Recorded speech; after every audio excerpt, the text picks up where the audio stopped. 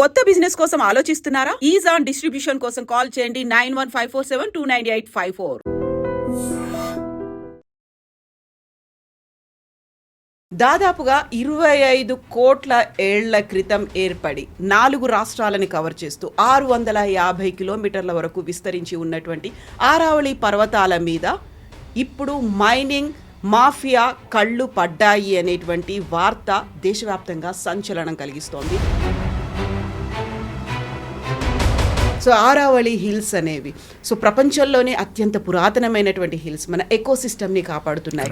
ప్రాపర్గా వర్షాలు పడడానికి, పొల్యూషన్ లేకుండా చేస్తున్నాయి, చలి రాకుండా ఉంటున్నాయి. మనకు ఒక బిగ్గెస్ట్ ఒక సేఫ్టీ సెక్యూరిటీ అందిస్తున్నటువంటి ఆ హిల్స్కి సంబంధించి వాటిని కొట్టేయాలి అనేటువంటి ఒక ఆలోచన వచ్చింది. అరావళి హిల్స్ అనేది థార్ డెజర్ట్ మన నార్త్ ఇండియన్ ప్లెయిన్స్కి సపరేట్ చేస్తుంది అనమాట.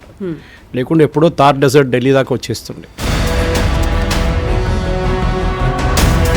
ఇప్పుడున్న గొడవ ఎందుకు మొదలైందంటే మైనింగ్. ఈ ప్రాబ్లం ఎక్కడ వస్తుందంటే డెవలప్మెంట్ అనగానే మనం అంటాం మనం ఏం కొట్టకూడదు, ఏం చేయకూడదు అంటే రేపు మీకు కంకర్రాలు కావాలి, లేకుంటే మీకు గన్నేరాలు కావాలి, ఎక్కడి నుంచి తెచ్చుకుంటారు.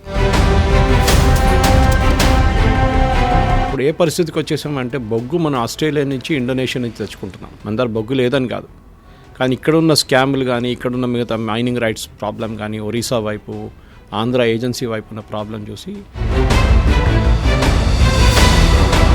బట్ మైనింగ్ అంటే ఇప్పుడు ఆరావళికి సంబంధించి చూస్తే రేర్ మెటల్స్ అనేవి అక్కడ ఉన్నాయి, మనకు కావాల్సినవంతా సర్ప్లస్గా అక్కడ ఉన్నాయి అనేదే కదా తీస్తోంది. కాకపోతే అక్కడ అన్కంట్రోల్డ్గా మాఫియా అనేది రాబోతోంది, మైనింగ్ మాఫియా చేతిలోకి వెళ్ళబోతున్నాయి, మొత్తం దాన్ని డిమాలిష్ చేస్తారు అనేదే కదా భయం.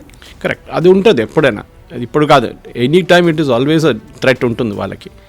భయం ఎక్కడ అంటే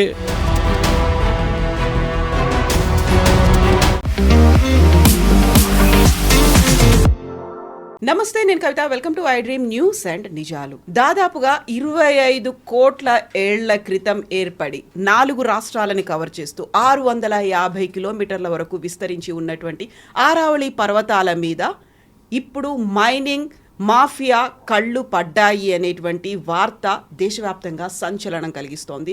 సేవ్ ఆరావళి హిల్స్ అనేటువంటి హ్యాష్ ట్యాగ్ కూడా సోషల్ మీడియాలో ట్రెండ్ అవుతోంది. కేంద్ర ప్రభుత్వం చేస్తున్నటువంటి అనేక తప్పిదాల్లో ఆరావళి పర్వతాల అంతం అనేది కూడా మరో తప్పిదంగా మారబోతోంది అనేటువంటి నిరసనలు ఎందుకని వినిపిస్తున్నాయి, ఎందుకని ఆరావళి గురించి అంతలా మనం మాట్లాడుకుంటున్నాం. మనతో పాటుగా ఉన్నారు సీనియర్ జర్నలిస్ట్ సురేష్ కొచాతిల్ గారు. సార్ నమస్తే. సో ఆరావళి హిల్స్ అనేవి ప్రపంచంలోనే అత్యంత పురాతనమైనటువంటి హిల్స్ మన ఎకోసిస్టమ్ని కాపాడుతున్నాయి, ప్రాపర్గా వర్షాలు పడడానికి, ఆ తర్వాత పొల్యూషన్ లేకుండా చేస్తున్నాయి, చలి రాకుండా ఉంటున్నాయి. మనకు ఒక బిగ్గెస్ట్ ఒక సేఫ్టీ సెక్యూరిటీ అందిస్తున్నటువంటి ఆ హిల్స్కి సంబంధించి వాటిని కొట్టేయాలి అనేటువంటి ఒక ఆలోచన వచ్చింది. బట్ వాటిని మనం సేవ్ చేసుకోవాలి. ఈ నినాదం ఎందుకని వినిపిస్తోంది? అరావళి హిల్స్ అనేది థార్ డెజర్ట్ మన నార్త్ ఇండియన్ ప్లెయిన్స్కి సపరేట్ చేస్తుంది అనమాట. లేకుంటే ఎప్పుడో థార్ డెజర్ట్ ఢిల్లీ దాకా వచ్చేస్తుండే. It's like a natural boundary. As much as Sahyadris separate చేస్తున్నట్లని హిమాలయాలేమో హిమాలయ నుంచి ఇటువైపు ఉత్తరప్రదేశ్, బీహార్ వైపు వచ్చే ప్లెయిన్స్, హిమాచల్ వైపు వచ్చే ఆ మౌంటైన్ రేంజెస్ ఉన్నా కానీ ఇటువైపు అరావళి ఈజ్ వెరీ ఇంపార్టెంట్. ఇప్పుడున్న గొడవ ఎందుకు మొదలైందంటే మైనింగ్. ఈ ప్రాబ్లం ఎక్కడ వస్తుందంటే డెవలప్మెంట్ అనగానే మనం అంటాం మనం ఏం కొట్టకూడదు, ఏం చేయకూడదు అంటే రేపు మీకు కంకర్రాలు కావాలి, లేకుంటే మీకు గన్నేరాలు కావాలి, ఎక్కడి నుంచి తెచ్చుకుంటారు. You have to get it from somewhere. ఇప్పుడు ఏ పరిస్థితికి వచ్చేసామంటే బొగ్గు మనం ఆస్ట్రేలియా నుంచి, ఇండోనేషియా నుంచి తెచ్చుకుంటున్నాం. మన దగ్గర బొగ్గు లేదని కాదు, కానీ ఇక్కడున్న స్కామ్లు కానీ, ఇక్కడున్న మిగతా మైనింగ్ రైట్స్ ప్రాబ్లం కానీ, ఒరిస్సా వైపు, ఆంధ్ర ఏజెన్సీ వైపు ఉన్న ప్రాబ్లం చూసి చాలా మటుకు కంపెనీలు ఎందుకు ఈ లేనిపోయిన తలక బయట నుంచి తెచ్చుకుంటున్నారు. బొగ్గు తెచ్చుకోవచ్చు మీరు, కానీ గ్రానైట్ తెచ్చుకోలేరు కదా. ఆ వెయిట్ మీరు షిప్స్లో తీసుకురాలేరు. దానికోసం మన వైపు నుంచి మైనింగ్ కూడా రెస్పాన్సిబుల్ మైనింగ్ అంటారు. ఇది కేరళలో కూడా ఇదే ప్రాబ్లం ఉంది, వెస్టర్న్ ఘాట్స్లో. ఎందుకంటే అక్కడ ఈకలాజికలీ కూడా చాలా సెన్సిటివ్ ఏరియా. మనకు తెలిసిందే కోయినా డ్యామ్ కానీ మిగతా స్ట్రక్చర్స్ అన్ని చూస్తే డ్యాముల దగ్గర ఎప్పుడు ఎర్త్క్వేక్స్ ఎక్కువ ఉంటుంది, భూకంపాలు ఎక్కువ వస్తాయి. దానికి కారణాలు చాలా ఉన్నాయి. వాటర్ బాడీ, ఇంత పెద్ద వాటర్ బాడీని స్టోర్ చేసేటప్పుడు దానికి ఉన్న జియాలజికల్ ఫాల్ట్తోనే చాలా మటుకు భూకంపాలు వస్తాయని చెప్తుంటారు. కానీ ఇక్కడ జరుగుతుంది ఏంటంటే ఇక్కడ డెఫినేషన్ మార్చలేదు యాక్చువల్లీ. రిచర్డ్ మర్ఫీ అనుకుంటా, that his got standard definition 1960 something, ఆయన చేసిన ఒక డెఫినేషన్ ఉంది. ఎనీథింగ్ అబోవ్ 100 మీటర్స్ని ఒక హిల్స్గా కన్సిడర్ చేస్తారు. ఓకే, దానికన్నా తక్కువ ఉన్న దాన్ని హిల్స్గా కన్సిడర్ చేయరు. అదొక definition, standard definition. So union government ఒక కమిటీని సెటప్ చేసినప్పుడు ఈ కమిటీ రికమెండేషన్స్ ఈ మాట చెప్పారు. సుప్రీంకోర్టు అంగీకరించారు. Correct, that is the correct definition. Anything below 100 metres మీరు మైనింగ్ చేసుకోవచ్చు, ఎనీథింగ్ అబోవ్ 100 మీటర్స్ మీరు మైనింగ్ చేయకూడదని రెస్ట్రిక్షన్ పెట్టారు సుప్రీంకోర్టు. ఇప్పుడు కాంగ్రెస్ వాళ్ళు క్యాంపెయినింగ్ నడిపిస్తున్నారంటే బీజేపీ వాళ్ళు మొత్తం కొండలన్నీ అరావళి మొత్తం కొట్టిస్తున్నారని చెప్పి, కానీ భూపేంద్ర యాదవ్ గారు కన్సర్న్ మినిస్టర్ దాని గురించి ఒక డీటెయిల్ స్టేట్మెంట్ కూడా ఇచ్చారు. పార్లమెంట్లో ఇచ్చారు, బయట కూడా ఆయన స్టేట్మెంట్ ఒకటి ఇష్యూ చేశారు. అంటే మేము ఏం చేయట్లేదు, ఇప్పుడు we're waiting for supreme court's verdict, final verdict. ఇంకా ఫైనల్ వర్డిక్ రాలేదు, ఇప్పుడు వచ్చిందేమో ఇంటరిమ్ ఆర్డర్ అనమాట. దానికి కూడా ఒక లీగల్ ఛాలెంజ్ ఒక ఐ థింక్ హర్యానాను మధ్యప్రదేశ్ ఒక ఐఎఫ్ఎస్ ఆఫీసర్ ఛాలెంజ్ చేశారు. దాన్ని కూడా ఈ డెఫినేషన్ ఏంటి 100 ఎవరు డిసైడ్ చేశారు 100 మీటర్స్ అని, దానికి లీగల్ ఛాలెంజ్, దానికి నోటీస్ ఇష్యూ చేస్తారు. అది ఇంకా 2-3 సంవత్సరాలు నడుస్తూనే ఉంటుంది. డెఫినెట్గా ఎన్వైరన్మెంట్ కాపాడుకోవాలి, దాంట్లో డౌట్ లేదు కవిత గారు. కానీ మనం సర్దార్ సరోవర్ ప్రాజెక్ట్ గుర్తుపెట్టుకోవాలి. సర్దార్ సరోవర్ ప్రాజెక్ట్ని ఎన్ని సంవత్సరాలు, ఎప్పుడు ఎన్ని 30-40 సంవత్సరాలు 50 సంవత్సరాల దాకా దాని డెవలప్మెంట్ ఆపి అక్కడున్న నీళ్ళంతా వేస్ట్ అయిపోతున్నప్పుడు కూడా మనం ఏం చేయలేదు. మేధా పాట్కర్ కానీ వీళ్ళందరూ కలిసి జల సమాధిలు చేసి సర్దార్ ప్రాజెక్ట్ని కట్టనీయలేదు. నెహ్రూ టైం నుంచి స్టార్ట్ అయిన ప్రాజెక్ట్. కానీ ఫైనలీ మోదీ గారు వచ్చిన తర్వాత, దానికన్నా ముందు కూడా గుజరాత్ ముఖ్యమంత్రి ఉన్నప్పుడు ఈ ప్రాజెక్ట్ని ఫైనల్ స్టేజ్లో తీసుకొచ్చారు. సర్దార్ పటేల్ టైం నుంచి ఇంప్లిమెంట్ చేయాల్సిన ప్రాజెక్ట్ అది. దానికే సర్దార్ సరోవర్ అని పెట్టారు దాని దగ్గరే ఆయన స్టాచ్యూ కూడా ఉంది కెవాడియాలో. సో మన వైపు కూడా చూస్తే మీరు నాగార్జున సాగర్ కానీ, శ్రీశైలం కానీ, అమరాబాద్ టైగర్ రిజర్వ్, అక్కడ కూడా చాలా పెద్ద కాంట్రవర్సీ ఉండే. ఆ టైగర్ రిజర్వ్ ఉండాలన్నా లేదా, అది కూడా సిటీ వైపు వచ్చేస్తే అక్కడ కూడా అపార్ట్మెంట్లు కట్టిస్తారని చెప్పి చాలా మటుకు డౌట్స్ ఉండే మనిషి. కానీ అరావళిలో డెఫినెట్లీ ఎస్, ప్రొటెక్షన్ ఉండాల్సిందే. ఎందుకంటే థార్ డెజర్ట్ని ఆపడం కానీ, మన ఎగ్జాంపుల్ చూస్తే ఆఫ్రికన్ డెజర్ట్స్ చూసి ఇదే ప్రాబ్లం జరిగింది. ఆఫ్రికన్ డెజర్ట్లో అక్కడున్న ఆఫ్రికా డెజర్ట్ నుంచి కంట్రోల్ చేయలేకపోతున్నప్పుడే ఆ డెజర్ట్ ఎక్స్పాండ్ అయిపోతుంది అనమాట కంప్లీట్గా. ఆఫ్రికా టుడే చాలా మటుకు ఆఫ్రికాలో ఒక నీళ్ళ క్రైసిస్ ఉంది. అక్కడ కారణం ఇది అనమాట. అరావళి నుంచి మీరు చెప్పినట్లు వస్తున్న రివర్స్ కానివ్వండి, అక్కడ వచ్చిన సిస్టమ్స్, రివర్స్ సిస్టమ్స్ కానీ, దాన్ని డెఫినెట్గా వీ షుడ్ ప్రొటెక్ట్, దాని డౌట్ లేదు. At the same time responsible mining చేయాల్సి వస్తుంది. అది మనం చూసాం వేదాంత వ్యతిరేకంగా ఒరిస్సాలో జరిగిన గొడవ తర్వాత వాళ్ళు వెళ్ళిపోయారు అక్కడి నుంచి. వాళ్ళు బహుశా ఎక్కడో రష్యా వైపో లేకుంటే అటువైపో రష్యన్ స్టేట్స్ ఉంటారు కదా, అక్కడ వెళ్ళి వాళ్ళు పెట్టుకుంటారు. వాళ్ళకి ఎక్కడైనా దొరుకుతుంది ల్యాండ్, ప్రాబ్లం లేదు. కానీ మన వైపు ఉన్న ఎంప్లాయ్మెంట్ ఏమవుతుంది, అదొక చాలా ఇంపార్టెంట్ థింగ్. నెక్సలిజం స్టార్ట్ కావడానికి కారణం కూడా అదే చెప్తారు. ఇప్పుడు మైనింగ్ వాళ్ళు వచ్చి అక్కడ ఆదివాసీల భూమిలు గుంజుకొని అక్కడ మొత్తం వీళ్ళు సత్యనాశ చేస్తున్నారు. దానికోసం మేము నెక్సలిజం మూవ్మెంట్ స్టార్ట్ చేసాం, ప్రొటెక్ట్ చేయడానికి ఎన్వైరన్మెంట్. ఎగ్జాక్ట్లీ, ఇప్పుడు ఛత్తీస్గఢ్ ఆపరేషన్ కగార్ అనగానే అదే ముందుకు వస్తుంది. కరెక్ట్. హిద్మా గురించి చెప్తున్నాడు, హిద్మా ఇది ఆపారని చెప్తున్నారు. అది ఆపడేం కాదు, వీళ్ళు అదే మైనింగ్ వాళ్ళ దగ్గర నుంచి 2%, 3% వాళ్ళ టర్న్ ఓవర్ డబ్బులు గుంజుకుంటున్నారు. అది ఇంకో స్టోరీ అది. కానీ మీరు చెప్పిన దాని ప్రకారం Aravalli yes, it's very important, ecologically చాలా సెన్సిటివ్. సుప్రీంకోర్టు కూడా దీని ఇంకా ఫైనల్ డిసిషన్ నేను చెప్పినట్టు తీసుకోలేదు. ఇంకా ఏం చేయాలని చెప్పి వాళ్ళకు కూడా ఒక క్లారిటీ లేదు. 100 మీటర్స్ ఎస్, అదొకటి ఉంటుంది. 100 మీటర్స్ కానీ తక్కువ ఉన్నప్పుడు మైనింగ్ చేయవచ్చా, మైనింగ్ చేస్తే దాని డిఫాల్ట్ ఏం జరుగుతుంది అక్కడ అనేది చాలా పెద్ద ఒక ప్రశ్న. కానీ ఇప్పుడు దాంట్లో నేను చెప్పేది ఏంటంటే, ఇప్పుడు దీనికి ఒక బ్యాక్గ్రౌండ్ స్టోరీ కూడా ఒకటి ఉంది కవిత గారు. కేరళలో వెస్టర్న్ ఘాట్స్లో, అంటే it stretches from almost Kanyakumari Tamil Nadu వైపు నుంచి గోవా దాకా వెళ్ళి గుజరాత్ దాకా వెళ్తుంది ద వెస్టర్న్ ఘాట్. దానికి ఒక పెద్ద ప్రాబ్లం ఏం జరిగిందంటే, ఈ చాలా మటుకు ఫార్మర్స్ వచ్చి హిల్ టాప్స్ మొత్తం డెన్యూడ్ చేసేసారు. డెన్యూడ్ అంటే అక్కడ వెళ్ళి ఉన్న చెట్లన్నీ కొట్టేసి అక్కడ వాళ్ళు కాఫీ ప్లాంటేషన్స్, అది కాకుండా మిగతా అగ్రికల్చర్ మొదలుపెట్టారు. దాంతో ఏమైందంటే ల్యాండ్ స్లైడ్స్ మొదలైంది కేరళలో.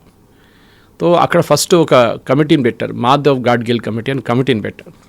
ఆ కమిటీ చాలా రికమెండేషన్స్ ఇచ్చి, ఒకటి ఈ యానిమల్ అండ్ మ్యాన్ కాన్ఫ్లిక్ట్, అదొక టైగర్లు రావడం, ఏనుగులు రావడం చాలా, ఎందుకంటే వాళ్ళ న్యాచురల్ హ్యాబిటేట్ మీరు కొట్టేస్తున్నారు. అప్పుడు వాళ్ళు దిగొచ్చి హ్యాబిటేషన్ ఎక్కడకుండా విలేజెస్కి వచ్చేస్తున్నారు తినడానికి. ఏమైనా వాళ్ళకి ఏం లేదు, అక్కడ దొరకట్లేదేమో. మీరు హిల్స్ అంతా కొండానికి కొట్టేశారు కంప్లీట్గా.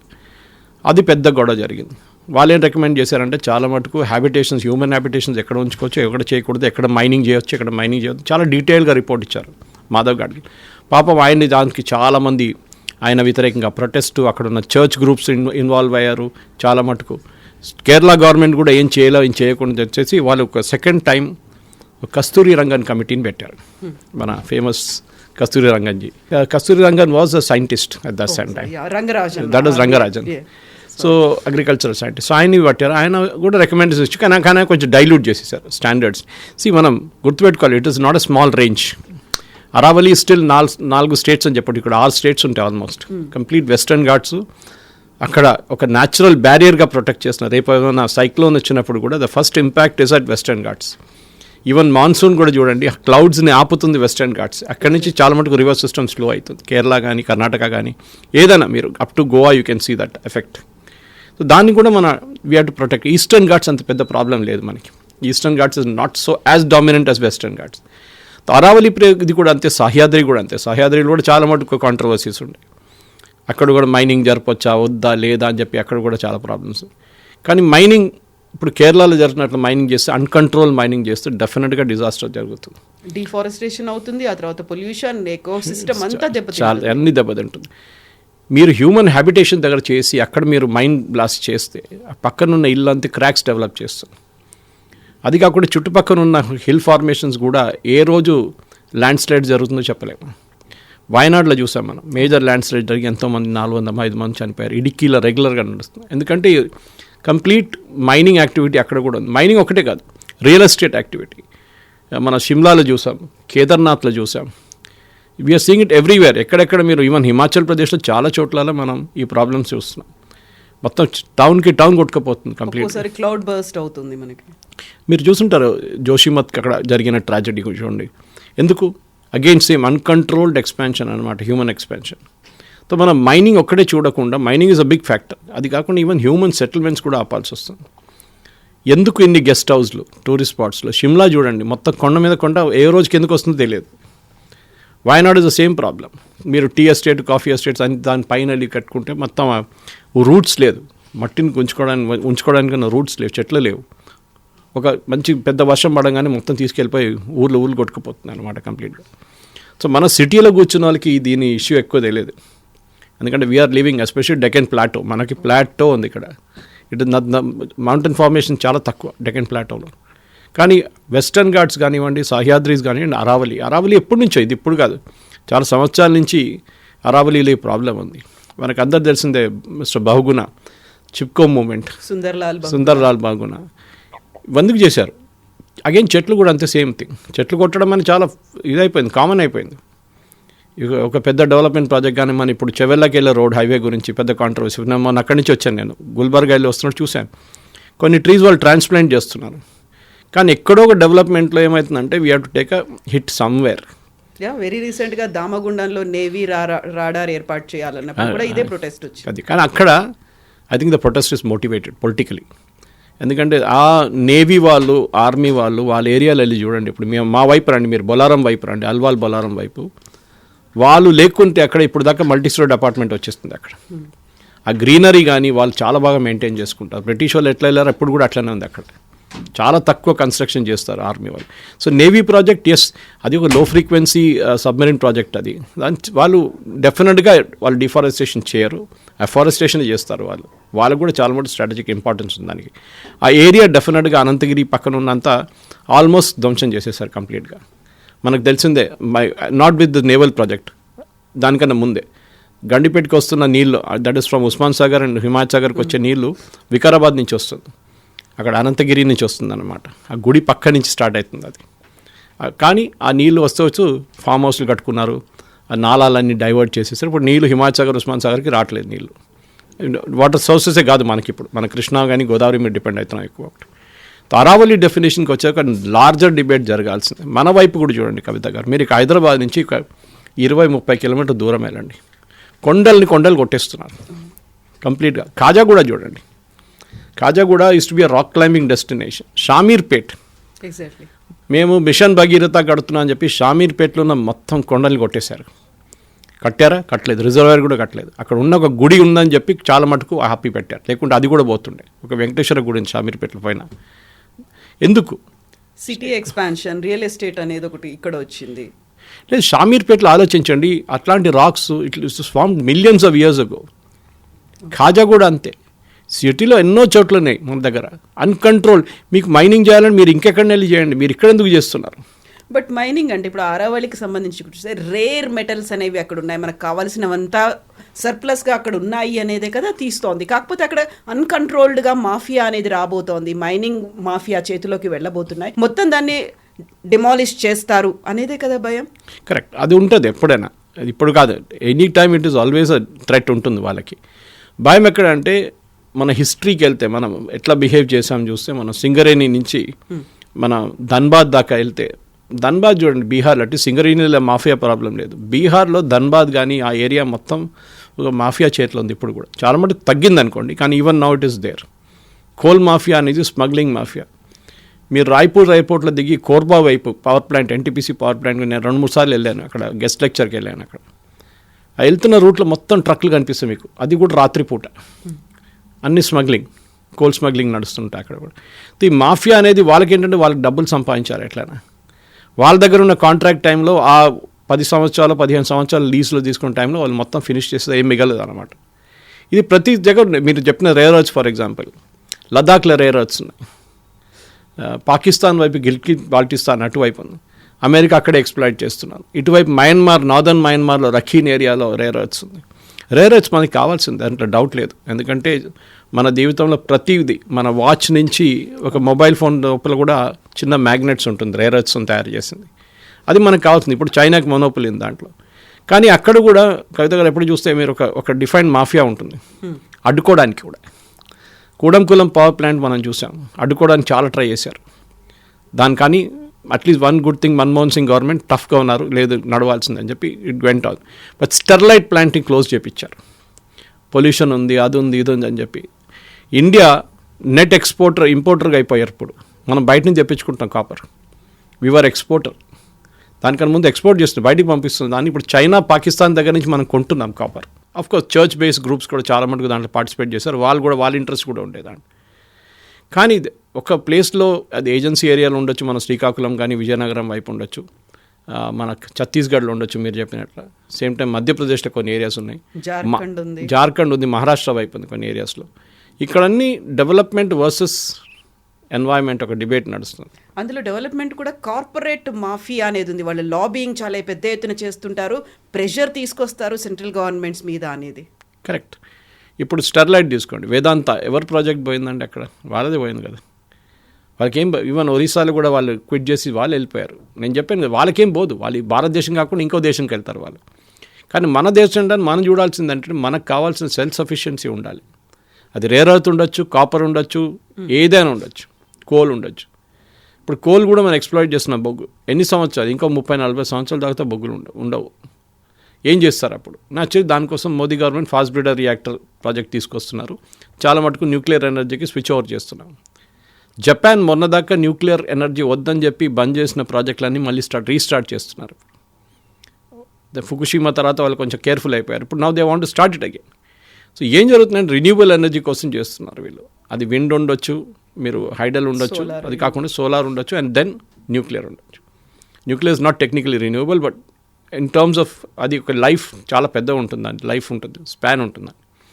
అరావళి డిబేట్ నుంచే పెద్ద డిబేట్ మొదలవుతుంది. అండ్ డెఫినెట్గా అరావళి ఒక ప్రిక్వసర్గా ఉంటుంది, అంటే వెస్టర్న్ ఘాట్ కంట్రవర్సీ కూడా దీంతోనే. ఏం చేయబోతున్నారు వెస్టర్న్ ఘాట్స్లో? వెస్టర్న్ ఘాట్లో మీరు మైనింగ్ అలౌ చేయకుండా కూడా మీ ఇల్లు అలౌ చేస్తున్నారు కొండపైన, మీరు చర్చెస్ అలౌ చేస్తున్నారు కొండపైన, మీరు అఫారెస్టేషన్ చేస్తున్నారు, చెట్లు కొట్టేస్తున్నారు కొండల మీద. అది అలౌ చేయాలన్నా వద్దని ఎవరు అడగట్లేదు. దానికి కూడా పెద్ద క్వశ్చన్ ఉంది. Why only mining mafia? Also this mafia should be contained అన్నమాట. కస్తూరి రంగన్ రిపోర్టు, మాధవిల్ గాడ్గిల్ రిపోర్ట్ అన్నీ పక్కన పెట్టేశారు. ఇప్పుడు ఆ రిపోర్ట్లు ఎవ్వరు పట్టించుకోవట్లేదు. అండ్ డెఫినెట్లీ అక్కడ కూడా ఎవరైనా కోర్టుకి వెళ్ళి దీన్ని వ్యతిరేకించాల్సిందే. డెఫినెట్గా గుడ్ డిబేట్, ఎందుకంటే ఈ 100 మీటర్స్ అనే కాన్సెప్ట్ సైంటిఫిక్గా వచ్చింది. సో అది ఏదో ఉట్టి కబర్డ్ నుంచి ఏదో ఎవరు తీసి పెట్టలేదు ఆ point. This real good debate జరగాల్సింది. ఇంకొక పాసిబ్లీ 6 నెలల్లో లేకుంటే సంవత్సరం పాటు ఇది నడుస్తుంది. అప్పుడు దాకా భూపేంద్ర యాదవ్ చాలా క్లియర్గా చెప్పారు, we will not issue any mining leases till supreme court final decision తీసుకునే దాకా మేమేం చేయము. కాంగ్రెస్ వాళ్ళు ఒక నెగటివ్ క్యాంపెయిన్ నడిపిస్తున్నారు. Not even 1% of the entire area today is under exactly mining. 1.44 lakh square కిలోమీటర్స్లో 0.19% మాత్రమే. కాకపోతే అక్కడే ఆన్సరబుల్గా ఉన్నారా, వాళ్ళు చెప్పిన దాన్ని ఖచ్చితంగా ఫాలో అవుతారా అనేటువంటిది. ఎందుకంటే ఈ ప్రెషర్స్ ఇవన్నీ ఉన్న తర్వాత హూ కంట్రోల్స్ అనేది ఒకటి వస్తుంది. రోజు మానిటర్ చేస్తారా? ముందులాగా ఫిజికల్ మానిటరింగ్ పాసిబుల్ కాదు. ఇప్పుడు మీరు శాటిలైట్ మానిటరింగ్ చేస్తారు చాలా మటుకు. మీరు డెన్యూడ్ అయిన ఏరియా పై నుంచి శాటిలైట్ తీసుకుంటే బిఫోర్ అండ్ ఆఫ్టర్ మీకు చాలా క్లియర్గా కనిపిస్తుంది. అది మీరు గండిపేట తీసుకోండి, ఉస్మాన్ సాగర్ పాతది 30 సంవత్సరాల ముందు ఇస్రో తీసుకున్న పిక్చర్స్, ఇప్పుడు తీసుకున్న పిక్చర్స్ చూడండి, మన చెరువులు చూడండి, అన్నీ అదే సంగతి. ఎవ్రీథింగ్ ఈజ్ గ్రాబ్డ్, చిన్నగా అయిపోతుంది. అక్కడేమో ఎక్స్పాండ్ అవుతుంది అరావలీలో. So we have to monitoring should be technically, not physically. ఎన్ని స్క్వేర్ కిలోమీటర్సో ఎన్ని మీటర్సో ఈ రోజుకి ఎంత తవ్వుతున్నారు అనేది కాదు. And second, as far as possible public sector అండర్టేకింగ్స్ని ఇన్వాల్వ్ చేయాల్సి వస్తుంది. కానీ వాళ్ళ దగ్గర డబ్బులు ఎక్కువ లేవు. ప్రైవేట్ సెక్టర్ దగ్గర డబ్బులు ఉంటుంది, వాళ్ళు ఎక్స్ప్లాయిట్ చేయడానికి రెడీగా ఉంటారు. ఒక బ్యాలెన్స్ ఉండాలి కవిత గారు. That's what the entire thing boils down to. Environment versus sustainability ఉండాలి ఒకటి, ఎన్వైర్న్మెంట్ వర్సెస్ డెవలప్మెంట్ ఉండాలి.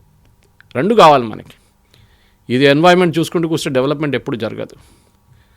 రేపు మనం చెప్పినట్లు కంకరాలు కూడా బయట నుంచి తెప్పించుకోవాల్సి వస్తుంది. ఆ పరిస్థితికి వచ్చేసాం. ఇప్పుడు మన శాండ్ మైనింగ్ చూడండి, చాలా మటుకు మన రివర్స్ని తీస్తున్నారు. దాంతో ఏమవుతుంది, బ్రిడ్జెస్ వీక్ అయిపోతుంది. చాలా మటుకు బ్రిడ్జెస్ మనం చూస్తున్నాం వర్షాకాలంలో పడిపోతుంది, యాక్సిడెంట్ జరుగుతుంది. బ్లేమ్ ఎవరిని చేస్తారు, గవర్నమెంట్ బ్లేమ్ చేస్తారు. కానీ అక్కడ దాని నుంచి ఇసుక తీసుకెళ్తున్నారు ఎవరు? క్వాలిటీ కన్స్ట్రక్షన్ లేదు అనేది వస్తుంది అక్కడ. కేరళలో మా దగ్గర భారతపుర అని చెప్పి it's a big river that flows into the sea from the mountains. ఆ రివర్లో ఎన్నో సంవత్సరాల నుంచి ఇసుక తీసి ఇప్పుడు ఆ రివర్ కోర్సే మార్చేసింది. ఒకవైపు వెళ్ళిపోయింది అది కంప్లీట్గా. ఇప్పుడు అక్కడ ఇసుక లేదు, ఏం లేదు అక్కడ. వైల్డ్ గ్రోత్ వచ్చేసింది. ఆ రివర్ని కంట్రోల్ చేయలేకపోతున్నారు. దాంతోనే అక్కడ మీకు చాలా మటుకు లెసన్స్ వచ్చాయి. ఎందుకంటే కేరళలో ఇసుక లేదు, తమిళనాడు నుంచి కర్ణాటకని తెప్పించుకుంటున్నారు ఇప్పుడు.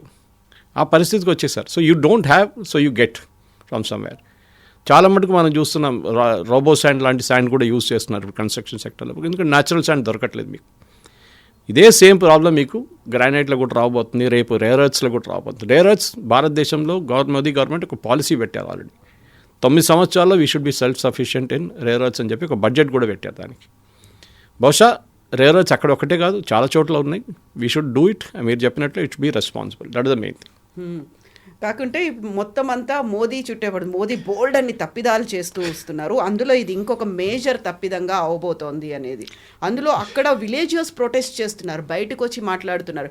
రాజస్థాన్ మొత్తంగా ఎడారిగా మారిపోతుందని. ఢిల్లీలో ఇప్పటికే పొల్యూషన్ అనేది ఎక్కువ ఉంది. గ్రీన్ లంగ్గా అరావలి హిల్స్ అనేవి ఉంది. దీన్ని కొట్టేస్తే వాట్ అబౌట్ ఢిల్లీ అనేది. సో ఇదంతా మనకి ఎక్కువ చలి విపరీతంగా వచ్చే ఛాన్సెస్ ఉన్నాయి. సౌత్కి కూడా అది విస్తరిస్తుంది అనే మాట.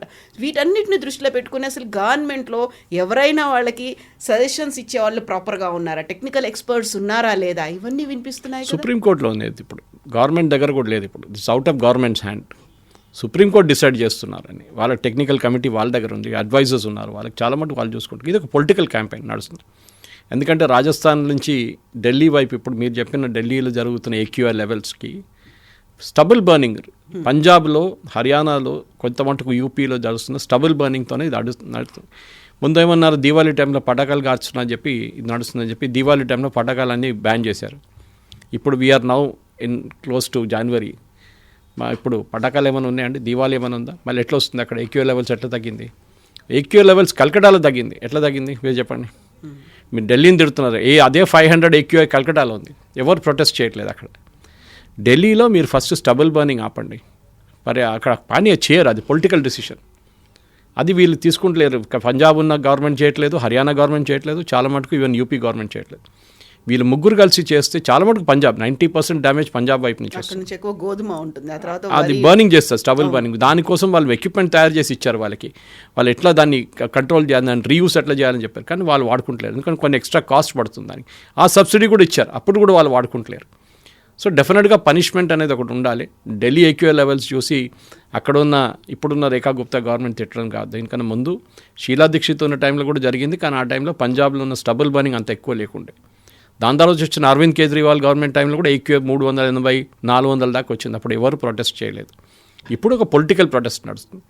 మోదీ గవర్నమెంట్ దీంట్లో ఏం డిసిషన్, అదే భూపేంద్ర యాదవ్ గారు చెప్పారు, it's a determined political campaign. మేము ఏ డెసిషన్ తీసుకోలేదు ఇంకా. సుప్రీంకోర్టు చెప్పిన ఏ డెసిషన్ ఉంటే మేము ఆ డెసిషన్ తీసుకుంటాం. మీకు ప్రాబ్లం ఉంటే you go approach the supreme court. As a party కానీ యాజ్ అ గవర్నమెంట్ మేము ఇండిపెండెంట్గా మేము డెసిషన్ తీసుకోలేము. Since the matter is in the court. Court ఏం చెప్తారో మేము అది పాటిస్తామని క్లియర్గా చెప్పారు.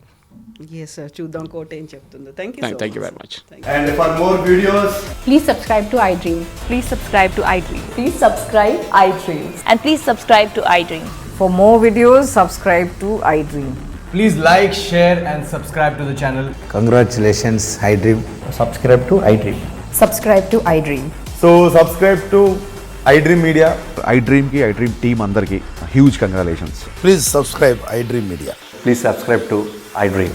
Subscribe iDream. Please subscribe to iDream. iDream అంటే నా కళల ఛానల్ సబ్స్క్రైబ్ చేసుకున్న నోరు తిరుగుతలేదు, మీరైతే గంట గుర్తు కొట్టండి. For more such videos, please subscribe to iDream. Subscribe to iDream. Please subscribe to iDream. Please subscribe iDream Media. Please do subscribe to iDream. Please subscribe to iDream Media. For best entertainment and information, please subscribe iDream. And don't forget to subscribe to iDream.